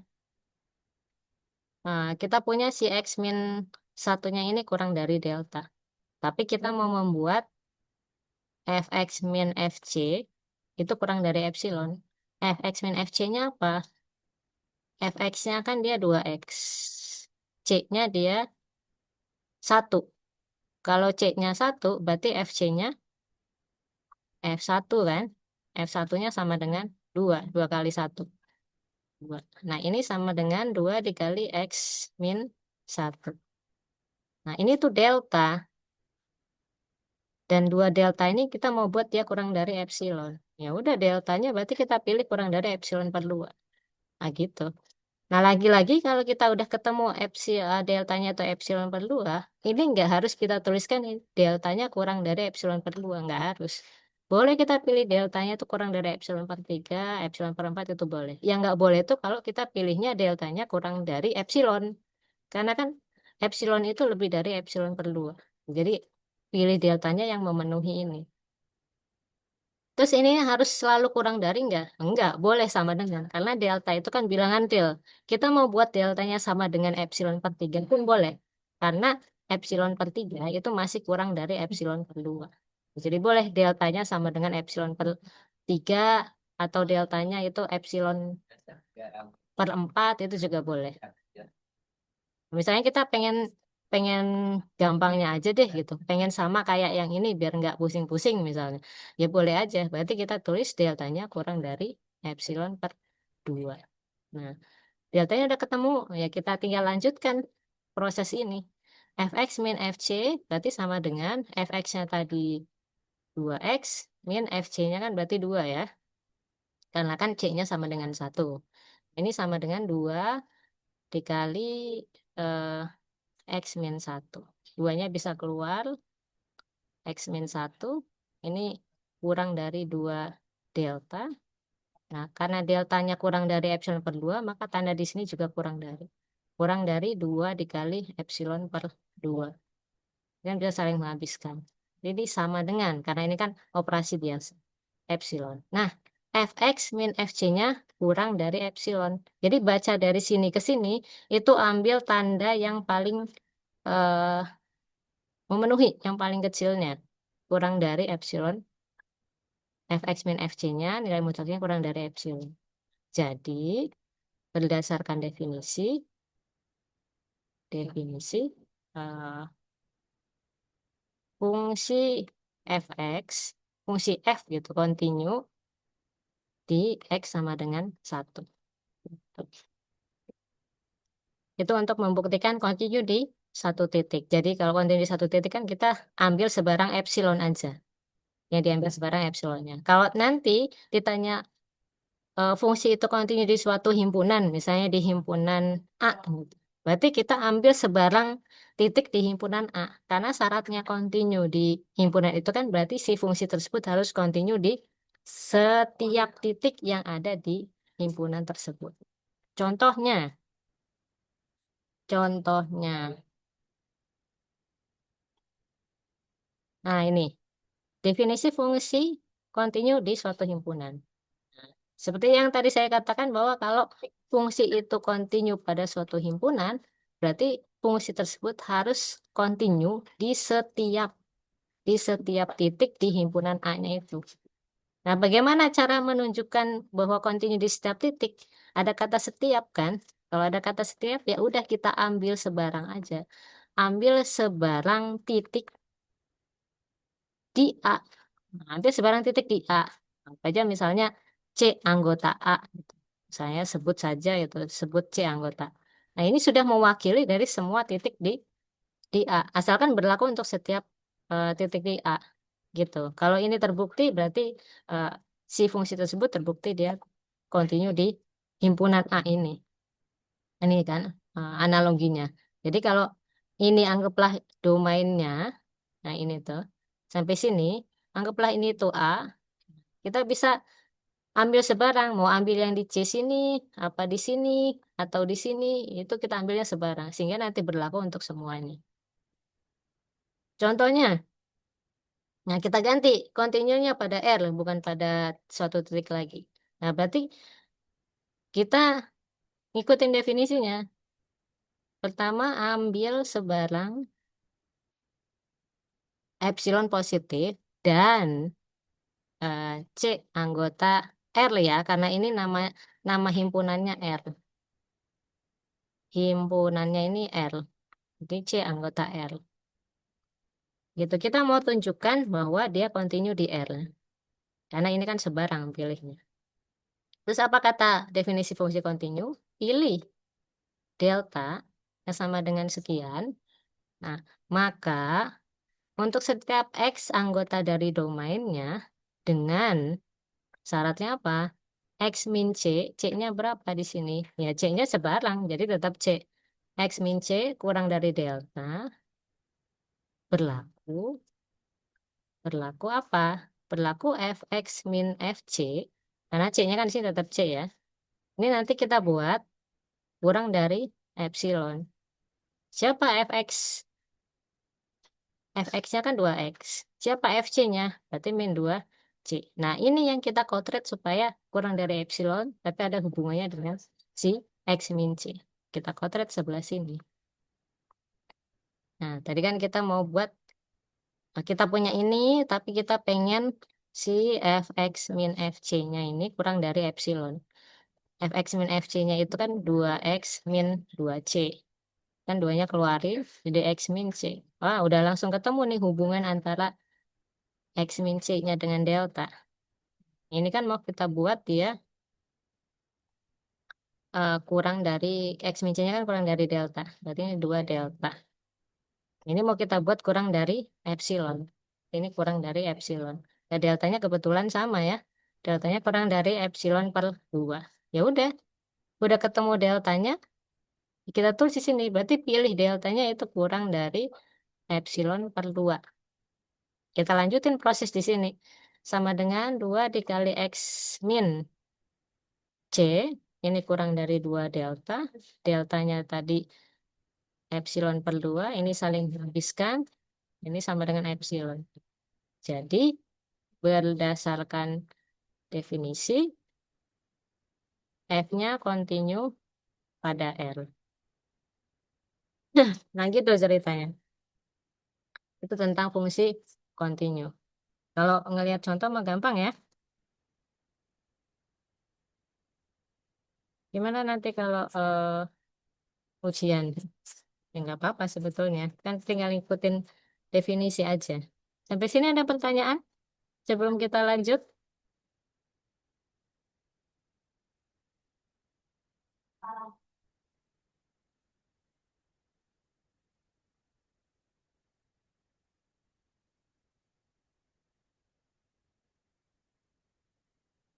Kalau nggak ada, berarti saya anggap nggak ada.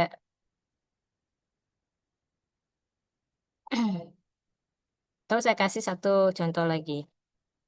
Contoh, contoh lagi. Nah, ini diketahui kalau ada yang mau nanya boleh langsung tanya ya. Diketahui fx-nya itu sama dengan x kuadrat. Buktikan F-nya itu, buktikan itu bisa terbukti, bisa enggak loh ya. Jadi nggak harus terbukti gitu. Kalau nggak terbukti ya nggak apa-apa. Kecuali kalau tunjukkan udah jelas benar itu. Harusnya ya, harusnya. Buktikan bahwa F-nya ini kontinu pada R. Pada R. Buktinya gimana? Nah, karena dia kontinunya pada R, pada himpunan, berarti kita harus ambil sebarangnya itu epsilon sama titik, sebarang titik di R ya. Ambil sebarang epsilon positif dan C anggota R. Kita mau tunjukkan dia kontinu R. Pilih, berarti kita pilih delta. Nah, deltanya seperti apa? Nanti kita cari. Sehingga, atau sedemikian sehingga, untuk setiap X-nya anggota bilangan real, dengan X min C-nya itu kurang dari delta, berlaku Fx min Fc, ini nanti kita buat, ini kurang dari epsilon. Nah, berarti kita cari dulu nih deltanya di sebelah. Jadi kita punya modelnya apa? Kita punya modelnya itu adalah X min C-nya kurang dari delta. Tapi kita mau membuat si Fx min Fc-nya itu kurang dari epsilon. Ya udah kita bergerak dari sini. Fx min Fc-nya berarti X kuadrat min C kuadrat. Nah, ini kan bisa difaktorin. X min C dengan X plus C.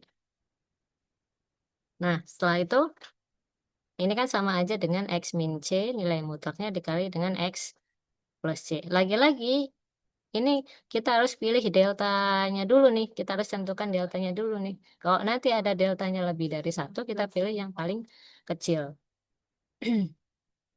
Bagaimana kalau kita coba pilih deltanya sama dengan satu, yang gampang gitu, ngitungnya nantinya. Nah, berarti kan ini artinya apa? Ini artinya si X min C-nya juga harus kurang dari satu. Apa akibatnya kalau begini?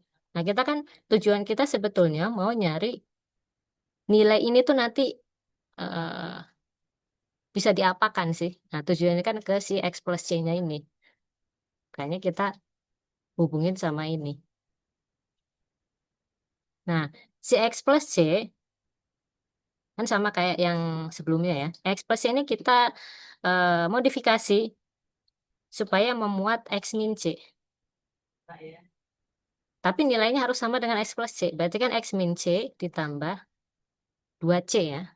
Ini kan tidak merubah apapun. Nah, kita gunakan ketaksamaan segitiga. Ketaksamaan segitiga itu kalau nggak salah ada tiga jenis ya. Yang ini kita pakai yang ini. X plus Y kurang dari sama dengan X plus Y. Ada lagi yang X plus Y. Yang tadi itu kan kita pakainya yang X min Y. Nah, yang ini. Bisa dibaca lagi modul yang awal-awal. Yang konsep dasar yang tentang modul satu apa modul 2 gitu. Nah, ini kurang dari sama dengan X min C ditambah 2C. Nah, karena C-nya itu juga eh, nggak tahu positif atau negatifnya, jadi kita nggak bisa lepas si nilai mutlak ini. Yang bisa kita lepas hanya si duanya ini aja. Jadi kalau mau kita lepas, kita bisa nulisnya gini, 2 nilai mutlak C. C-nya ini nggak boleh lepas, karena si C-nya bilangan real ya, bukan bilangan asli atau bilangan bulat positif atau real positif ini kita belum tahu. Nah, terus dari sini, deltanya kan tadi kita buatnya sama dengan satu. Ini, deltanya kan kita buat sama dengan satu, berarti X min C-nya kurang dari min satu. Ini X min C, berarti ini kurang dari satu. Kurang dari satu, ditambah yang ini kan tetap ya, 2C. Maka kita punya hubungan bahwa X plus C-nya itu bisa kita buat kurang dari satu ditambah 2, sorry, duanya di luar ya. Duanya di luar, duanya di dalam boleh. Karena kan nilainya itu sama ya. Yang nggak boleh itu nilai mutlak C-nya ini yang dilepas. Nah, ini mau kita buat, ini pengennya, pengennya itu kan kurang dari epsilon ya. Nah, berarti kalau gitu, kalau ini mau kurang dari epsilon, kalau kita ke atasin lagi, balik lagi ke sini, kita kan punya apa di situ? X kuadrat min C kuadrat kan? Ini sama dengan X min C kali X plus C. Nah, ininya itu kita ganti jadi satu plus 2C. Kurang dari sini. Dan ininya itu sendiri, ini kan delta. Nah, ini mau dibuat kurang dari epsilon. Nah, berarti delta yang kita pilih itu kurang dari epsilon per satu plus 2C. Ya, ini ya. Yang ini delta, sedangkan yang ini satu plus 2C. Saya ganti warnanya biar kelihatan bedanya. Nah, maka bukti formal yang mau kita isi itu gimana? Kita punya deltanya ada dua nih. Tadi kita pilih deltanya sama dengan satu, tapi kita juga butuh delta yang kurang dari epsilon per satu plus 2C. Ya udah kita pilih yang paling kecil aja kalau kayak gitu. Kita pilih yang paling kecil. Caranya gimana kalau pilih yang paling kecil? Kita tulis deltanya itu yang minimum. Minimum dari ini atau ini. Tapi tandanya sama dengan atau kurang dari sama dengan. Nah, karena ini tandanya kurang dari dan kita mau pakainya persis seperti ini, berarti kita harus ganti tanda ini jadi kurang dari. Kecuali kalau kita mau pakai nilai yang kurang dari epsilon per satu plus 2C. Gitu. Misalnya eh, 1 plus, kan kalau penyebutnya itu makin besar, berarti nilainya kan makin kecil ya. 1 plus 3C, nah ini boleh sama dengan. Ini kurang dari minimum dari satu sama epsilon per 1 plus 2C. Ini epsilon ya. Udah. Jadi kita lanjutin proses ini. Kita udah punya deltanya. Kita udah punya deltanya ini. Nah, terus kita lanjutin prosesnya ini. Dan ini mau tinggal ngisi aja kan. Nah, fx min fc-nya berarti tadi X kuadrat min C kuadrat. Ini sama dengan X min C dikali X plus C. Kemudian X min X min C, sorry, ini C. X min C dikali X plus C. Kemudian X min C-nya ini kurang dari delta. Sedangkan X plus C-nya tadi 1 plus 2C. Nah, ini kurang dari epsilon per 1 plus 2C dikali 1 plus 2C. Nah, ini kan saling menghabiskan karena ini kan angka biasa ya. Walaupun ini ada C-nya, tapi C-nya juga bilangan real. Jadi angka biasa. Ini sama dengan epsilon. Baru bawahnya dikasih tulisan. Jadi, berdasarkan definisi, F-nya kontinu pada R. Tapi, nanti teman-teman harus tuliskan ininya ya di atas nanti.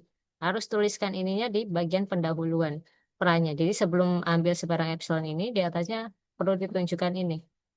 Perlu dituliskan tahapan ini. Tahapan yang ini sampai dengan sini tuh harus dituliskan supaya tahu kenapa kok ini tiba-tiba X plus C-nya ini berubah jadi 1 plus 2 C gitu. Gitu. Dari sini, jadi yang perlu dituliskan di atas itu dari sini. Jadi nanti tulisnya gini, perhatikan bahwa bla bla bla bla bla bla sampai sini, sampai sini, Eh, sampai sini. Nah, sampai sini. Nah, ini perlu dituliskan di atas. Yang saya lingkarin pakai ini, perlu dituliskan di atas penjelasan. Supaya ini tuh terjawab. 1 plus 2 mutlak C ini dari mana itu terjawab.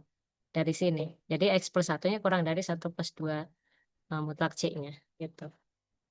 Oke, sampai sini tentang fungsi kontinu. Ada pertanyaan?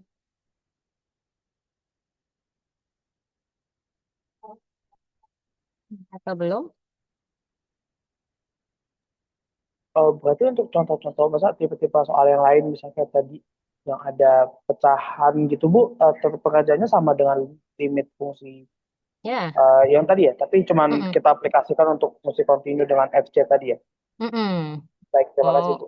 mau dia pecahan atau mau dia apa persamaan kuadrat, persamaan pangkat 3, nanti kan yang perlu dicari adalah bagian yang bukan X min C-nya. Bagian yang bukan X min C-nya ini kita cari hubungannya dengan X min C supaya nanti bisa bisa ditulis di bagian Fx min Fc-nya ini hubungannya dengan delta. Nah, di situ sebetulnya. Oke ya, jadi antara limit fungsi kontinu sama aja sebetulnya prosesnya, ya kan? Bedanya kan hanya di bagian ininya saja lah. Ininya saja yang beda. Oke, kalau nggak ada pertanyaan, kita lanjut yang terakhir. Yang terakhir itu fungsi kontinu seragam. Nah, fungsi kontinu seragam ini apa bedanya sama fungsi kontinu? Kan sama-sama kontinu, cuman ini ada seragamnya. Nah, yang membedakan itu sebetulnya deltanya, dari deltanya. Kalau kita perhatikan tadi fungsi kontinu, nah ini saya pindahin aja ininya ya, apa gambarnya, copy. Saya pindahin ke sini. Kalau teman-teman perhatikan, fungsi kontinu itu kita pilih deltanya ini bergantung sama epsilonnya ini, ya. Kita pilih delta di sini, kita pilih delta yang ini tuh. Itu selalu bergantung sama epsilonnya ini, selalu bergantung. Setiap kita buat, pilih deltanya berapa, kita utak-atik supaya si fx min fc-nya kita utak-atik supaya dia kurang dari epsilon gitu. Selalu bergantung. Nilai si deltanya bergantung sama epsilonnya. Nah, tapi kalau fungsi kontinu seragam, itu nilai deltanya tidak hanya bergantung pada epsilon. Nah, yang ini tadi, sorry, mana tadi? Nah, ini bergantung pada epsilonnya, juga bergantung pada titiknya ada di mana. Kalau dia kontinu biasa. Kalau kontinu seragam, deltanya hanya bergantung pada epsilon, tapi tidak bergantung pada titik di mana fungsi itu kontinu. Gitu ya.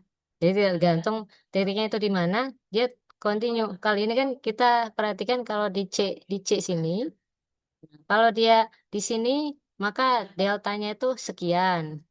Misalnya epsilon per 2. Tapi kalau C-nya beda lagi, mungkin deltanya beda lagi. Itu yang kalau dia fungsi kontinu aja. Tapi kalau fungsi kontinu seragam, itu satu delta itu bisa untuk seluruh titik di fungsi tersebut. Makanya di definisinya itu bilangnya untuk setiap epsilon positif, terdapat delta positif, sehingga untuk semua X X dan Y di anggota domainnya itu. Jadi nggak cuma X-nya aja, X dan Y di anggota domainnya. Dengan X dikurangi Y-nya itu, jaraknya ini, dia kurang dari delta, berlaku ini. Nah, kalau di definisi fungsi kontinu biasa kan, untuk semua X anggota domain, X min C kurang dari delta. Nah, si C-nya ini kan titik titik di mana si F-nya itu kontinu. Nah, bergantung sama C-nya. Bergantung sama si C-nya itu di mana. Tapi kalau fungsi kontinu seragam, dia bilang X dan Y, sebarang X dan Y anggota domain loh. Ini kalau dia bilang untuk semua, berarti ini sebarang. Sebarang X dan Y anggota domain, yang kalau X min Y-nya itu kurang dari delta, dia berlaku ini. Jadi, jadi si deltanya itu nggak bergantung pada si titik di mana dia kontinu nih.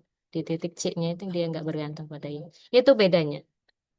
Nah, kalau dari definisi ini berarti kita bisa simpulkan kalau fungsi kontinu seragam itu otomatis fungsinya ya kontinu, ya kan? Fungsi kontinu seragam otomatis fungsi kontinu. Tapi fungsi yang kontinu itu belum tentu kontinu seragam, gitu. Hmm. Tidak berlaku bolak-balik gitu, tidak berlaku jika dan hanya jika. Hati-hati ya, jika dan hanya jika itu berlakunya dua dua arah. Jadi, nggak bisa kita sebut fungsi kontinu seragam maka fungsi kontinu. Tiba-tiba ada yang ngerjakan soal terus bilangnya karena fungsinya kontinu maka fungsi tersebut kontinu seragam. Nah itu berarti eh, kurang tepat ya. Karena ini berlakunya hanya satu arah saja. Nah contohnya fungsinya sama-sama x kuadrat nih. X kuadrat seperti yang tadi. Nah x-nya itu anggota dari 01. Fungsinya x-nya anggota dari 01. Kontinu seragam di 01. Nah kalau kita mau gambarin karena sebetulnya fungsi kontinu seragam juga bisa kita lihat dari gambar. X kuadrat itu kan dia parabola ya, parabola yang terbuka ke atas. Dan titik puncaknya di sini. Anggap aja gambarnya bagus. Nah, ini kan fx sama dengan x kuadrat. Terlalu ke bawah dua ini. Nah, fx sama dengan x kuadrat. Tapi dia domainnya di 01. 0 ini 1. Berarti sekitar di sini. Daerah sini saja nih, daerah sini. Tapi dia intervalnya interval buka ya. Interval buka 01. Nah, dia kontinu seragam di 01. Gimana cara membuktikannya? Cara membuktikannya ya kita ikuti definisi. Kan untuk setiap apa? X, Y di domainnya. Jadi kita bisa ambil sebarang epsilon positif dan Y di domain. Nah, kita pilih epsilonnya sama dengan kita pilih deltanya itu sama dengan epsilon per 2. Dan kalau dari yang awal-awal kan saya sebutnya selalu ini dulu ya, apa epsilon dulu. Ya nggak masalah. Kalau misalnya teman-teman mau nulisnya gini, ambil sebarang epsilon positif dan Y anggota domain. Tapi kan dalam hal ini domainnya itu interval 01. Jadi ditulisnya Y-nya anggota 01. Gitu. Terus kita pilih deltanya sama dengan sekian.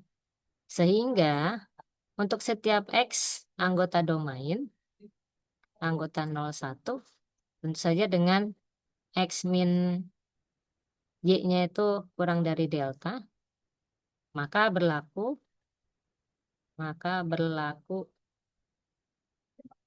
Fx min Fy, ini kan berarti sama dengan X plus Y dikali X min Y. Nah, ini nanti hitungannya kan sama kayak yang tadi ya, kayak yang fungsi kontinu tadi buktinya sebetulnya. Nanti dia akan kurang dari epsilon. Nah, deltanya ya kita pilihnya bisa epsilon per 2. Jadi delta ini nanti berlaku untuk semua si si fx min fy-nya ini. Tapi hati-hati, kalau fungsi kontinu seragam itu dipengaruhi sama domainnya. Nah, ini kan kita lihat dari gambar ini dia bisa kontinu seragam di interval buka dari 0 sampai sekian, anggaplah sampai B gitu. Tapi eh, dia bisa nggak kontinu seragam kalau ini B-nya itu sampai dengan tak hingga ke sana. Dan ini kalau kita panjangin ke sana gitu. Kenapa begitu? Karena makin ke atas sana, itu kan dia makin tinggi nilainya. Makin ke tak hingga sana, dia nilainya tuh makin tinggi. Maksudnya makin tinggi itu gini. Si deltanya di sini kecil, saya gini ya di sini ya. Deltanya di sini kecil. Ah, kurang tinggi saya. Ketinggian ininya. Gambarnya jadi nggak kelihatan. Ini. Misalnya kita mau cari persekitarannya, kalau yang udah di ujung-ujung ini kan kalau ditarik terus makin ke sana ya, makin ke atas sana gitu. Nah, kalau diperhatikan, deltanya kecil di sini, tapi nanti di sini epsilonnya itu akan makin besar gitu. Deltanya segini, ini deltanya.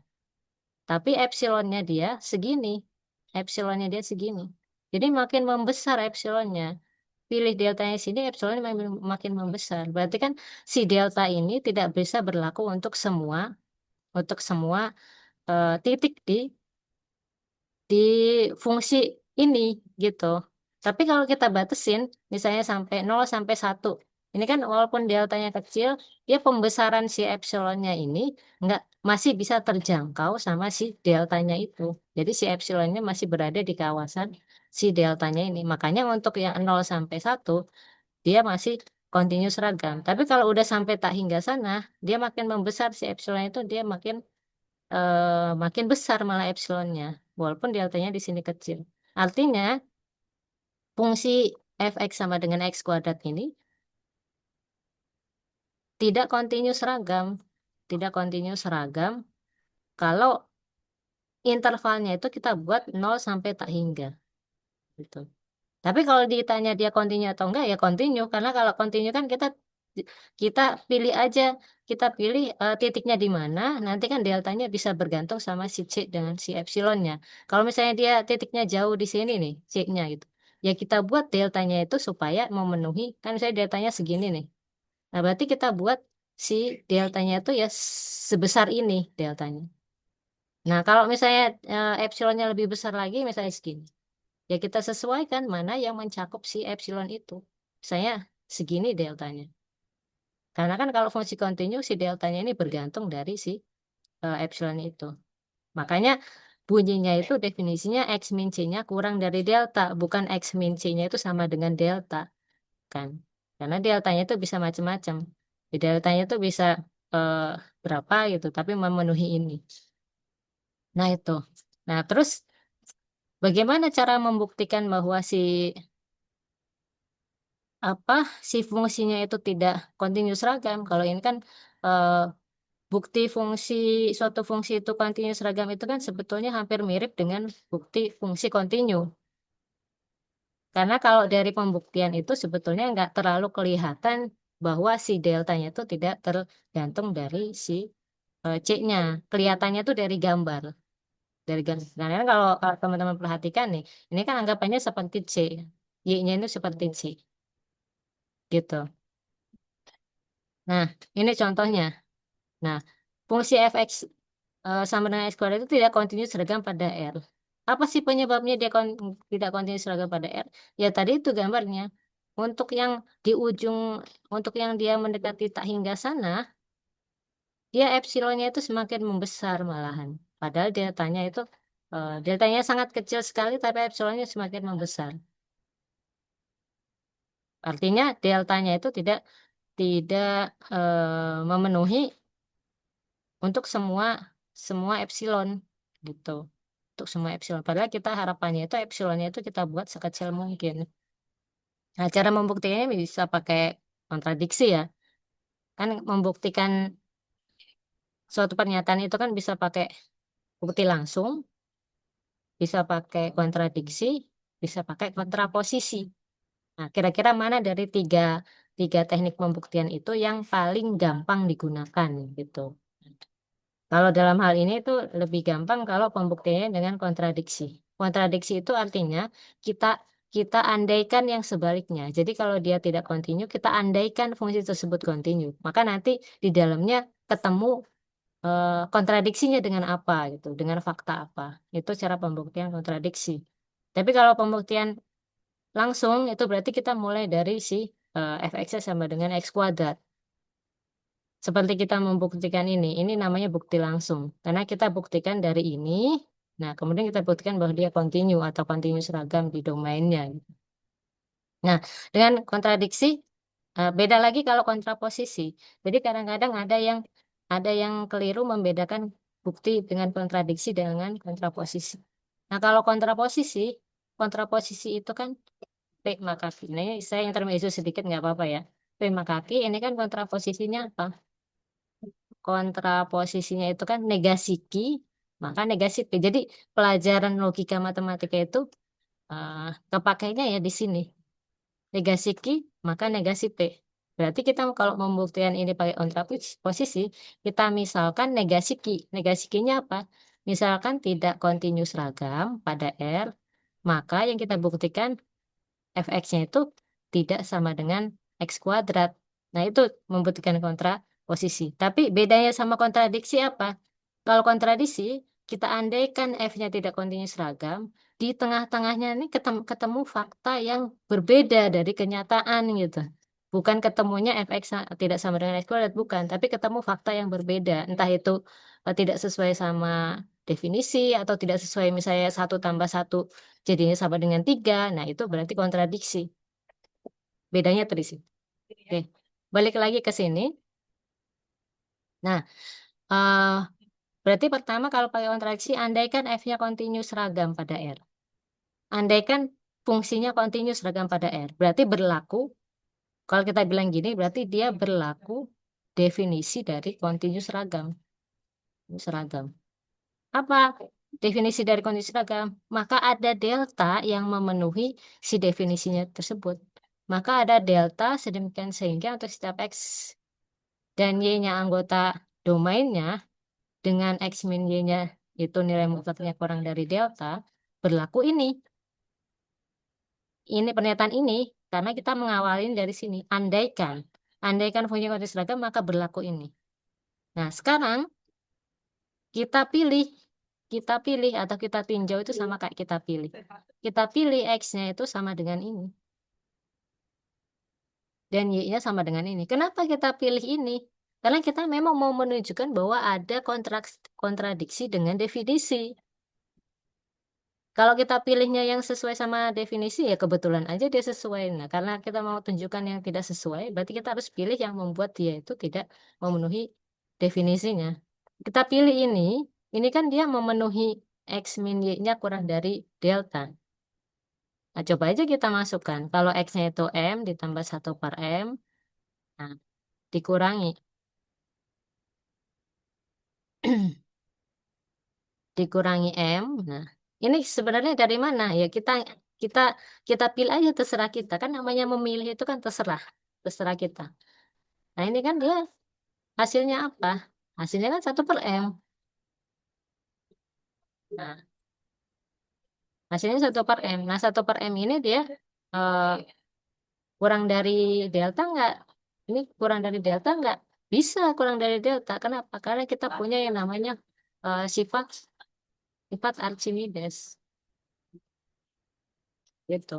Jadi makanya di sini ada tulisan dengan M lebih dari 1/delta ini. Kita punya sifat Archimedes. Sifat Archimedes itu kan bunyinya gini.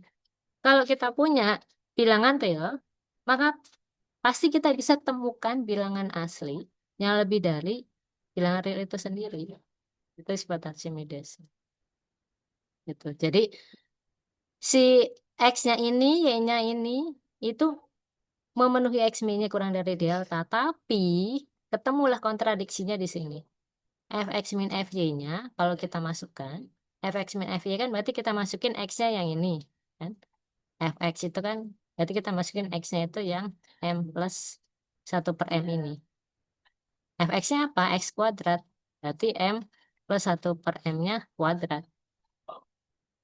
Dikurangi Fy-nya. FY-nya itu kan dia Y-nya M. Berarti dia jadinya FM. FM-nya berarti ya X kuadrat. Oh, sorry. M kuadrat. Ini M kuadrat. Nah, coba aja kita kurangi. Ini kurangi ini. Ini kan kalau dioperasikan jadi M kuadrat ditambah 2 dikali M dikali 1/M ditambah 1/M kuadrat. Nah, ini. Terus dikurangi sama yang bawahnya. Min M kuadrat. Yang ini saling menghabiskan. Yang ininya juga saling menghabiskan. Sisanya tinggal 2 ditambah 1/M kuadrat. Sedangkan M-nya itu 1/delta. M-nya 1/delta. Nah, deltanya positif.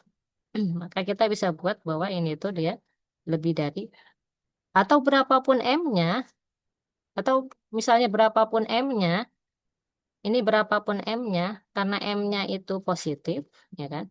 Otomatis 2 ditambah 1/M kuadrat, ya tentu saja lebih dari sama dengan 2. Gitu. Berapapun M-nya ini, 2 ditambah sesuatu itu kan pasti lebih besar daripada 2. Makanya di sini ditulislah Fx min Fy-nya ini lebih dari sama dengan 2. Nah, ini kontradiksi. Ini kontradiksi.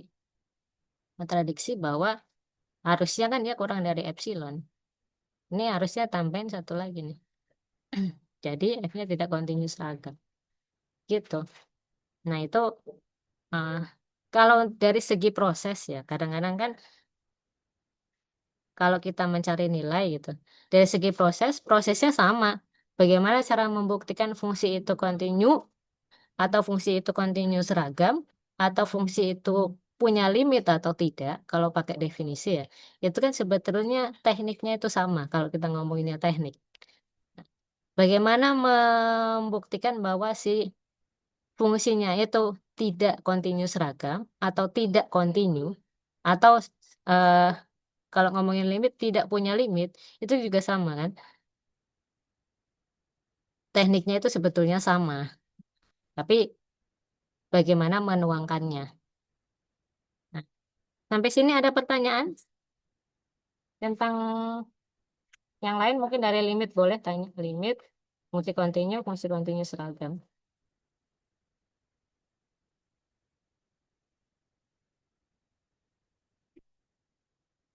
Masih ada waktu 7 menit lagi.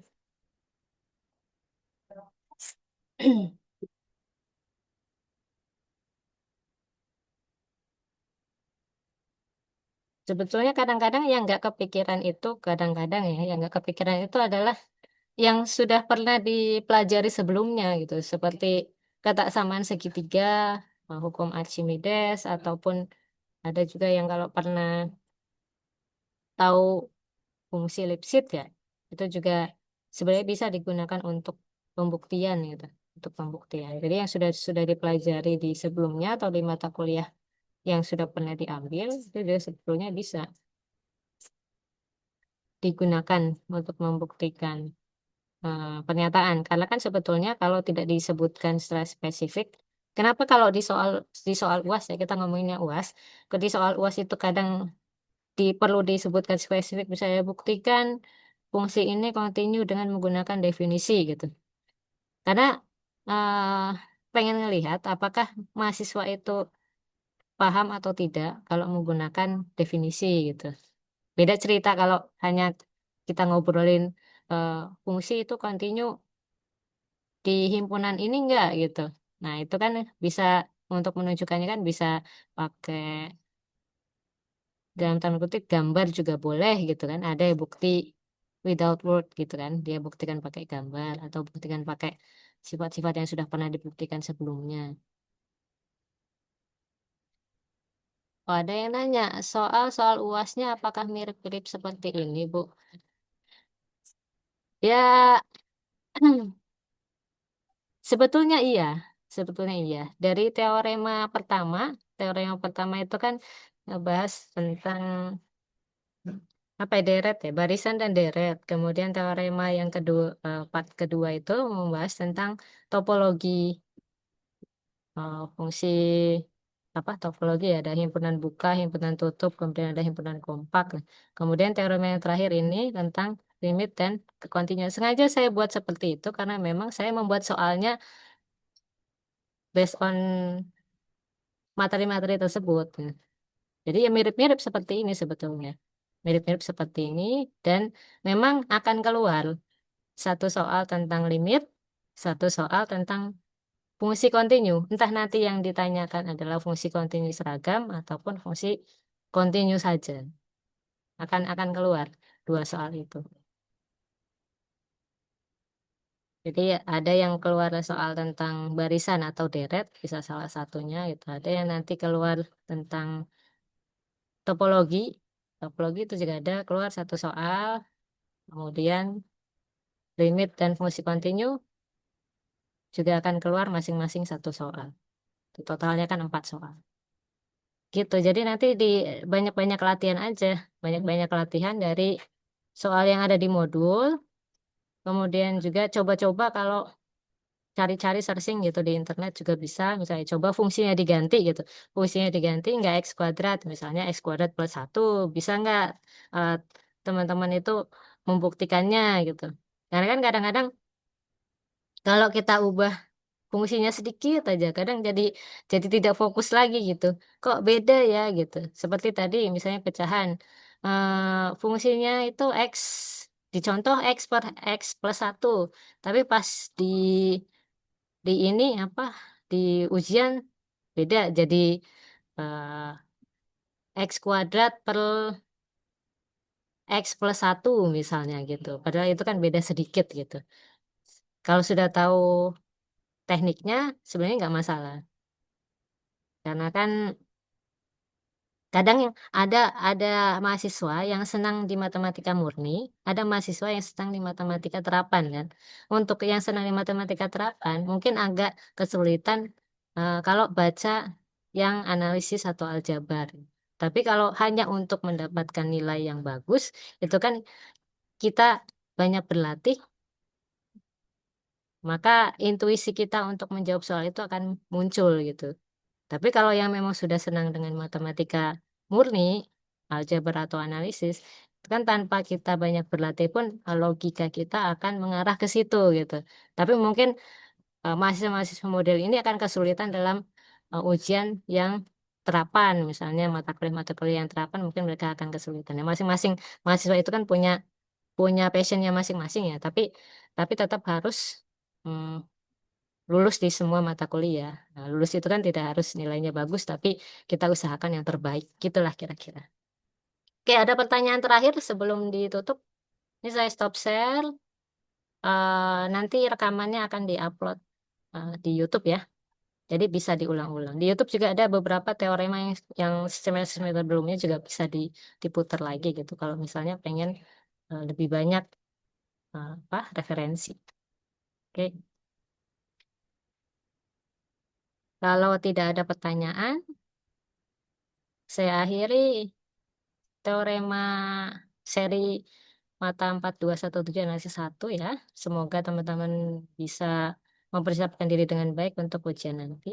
Nah, soalnya saya buat supaya tidak jauh-jauh dari modul gitu. Jadi mudah-mudahan semuanya dapat lulus dan mendapatkan nilai yang terbaik ya. Mudah-mudahan dapat nilai A. Yang penting banyak berlatih dan eh, mencoba untuk mempelajari atau menjawab soal itu tutup bukunya gitu. Jadi tidak dikit-dikit ngintip buku ataupun nanya nanya ke AI dan sebagainya gitu. Jadi supaya nanti terbiasa.